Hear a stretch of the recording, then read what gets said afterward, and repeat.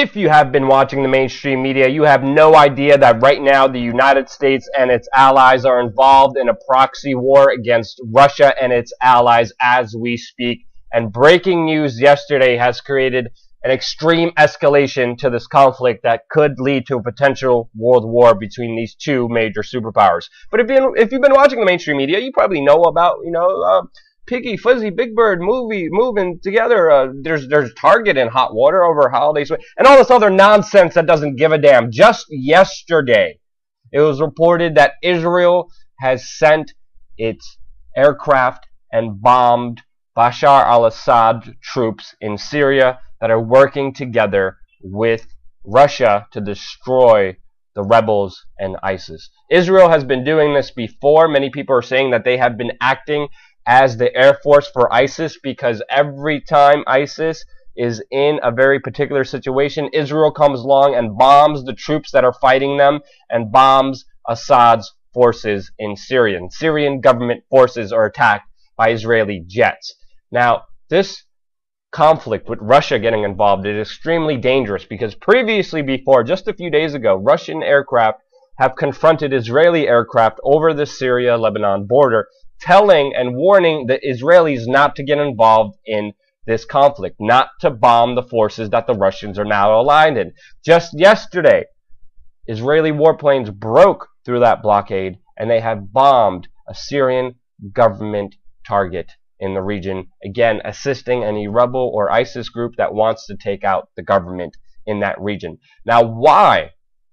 Obviously, this is dangerous because Putin is there to make sure that Assad is in power, and he's bombing any rebel group, including ISIS, in the region, because obviously it's his national interest to keep Assad in power since it's his major ally in the Middle East.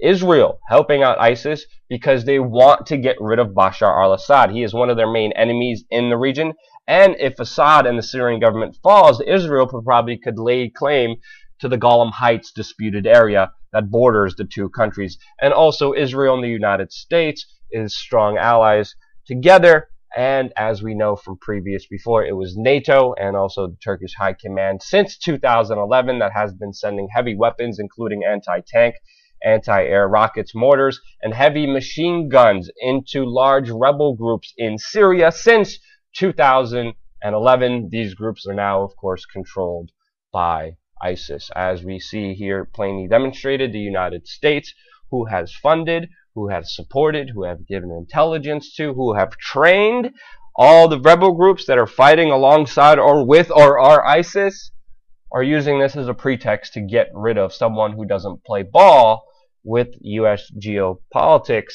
and that's exactly what has been happening here. Putin is aware of this, and he even recently sent a message to the Turkish ambassador telling the Turkish government that the dictator president could go to hell along with his ISIS terrorists, because Putin knows that Turkey has been a very big supporter of ISIS in the region, keeping the border open and also sending in heavy weapons into the region to fight against Assad.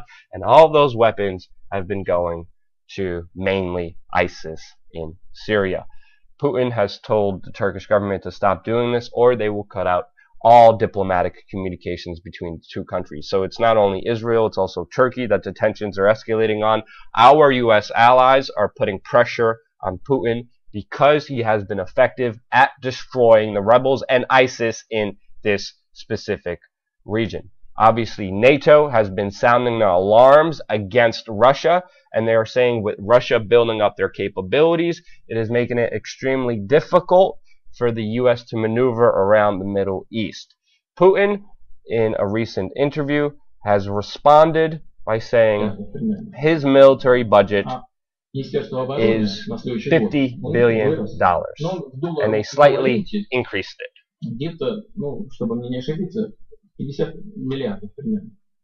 The military budget of the Pentagon is almost 10 times that amount. In this interview, he also talks about how NATO is creating bases encircling Russia, how they are sending nuclear weapons and missiles and devices and shields all around Russia.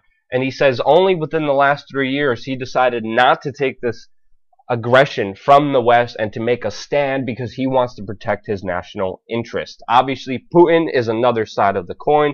He is also battling for his own interests, and he in no way, shape, or form is the better or the answer to this global conflict, which is escalating out of control because it is just two superpowers going up against each other. The rhetoric against Putin in the United States has been extremely high. John McCain has previously said that Putin will end up like Gaddafi, that the U.S. must send anti-aircraft missiles to the rebels, to the FSA, which we know fight alongside with ISIS or in alliance with ISIS to take down Russian aircraft in Syria.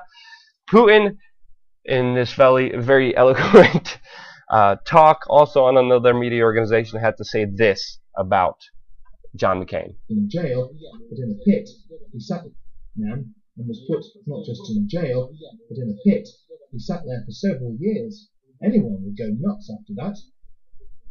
Obviously, he's talking about how John McCain was tortured in Vietnam, and Putin just ultimately thinks he's nuts and crazy, and how he's escalating the tensions between these two major super countries who are right now involved in a proxy war. Obviously, with these escalations going out of hand, Vladimir Putin is actually not going to the World Leader Summit at APEC in Manila, Philippines. He is missing that very important world leadership event, cutting off communication with the international community in a clear sign that things are getting out of hand in many ways. Many people are speculating if Putin will even bomb ISIS terrorists in Egypt for taking down their Russian civilian aircraft, killing a large number of their civilians, and no one yet knows to that answer. Russia has not yet answered back against these Israeli strikes against Assad forces, which Putin wants to protect and keep in charge, but we could only imagine how bad it could get. But don't worry, watch the mainstream media and talk about the Muppets or freaking selfie of the... Oh!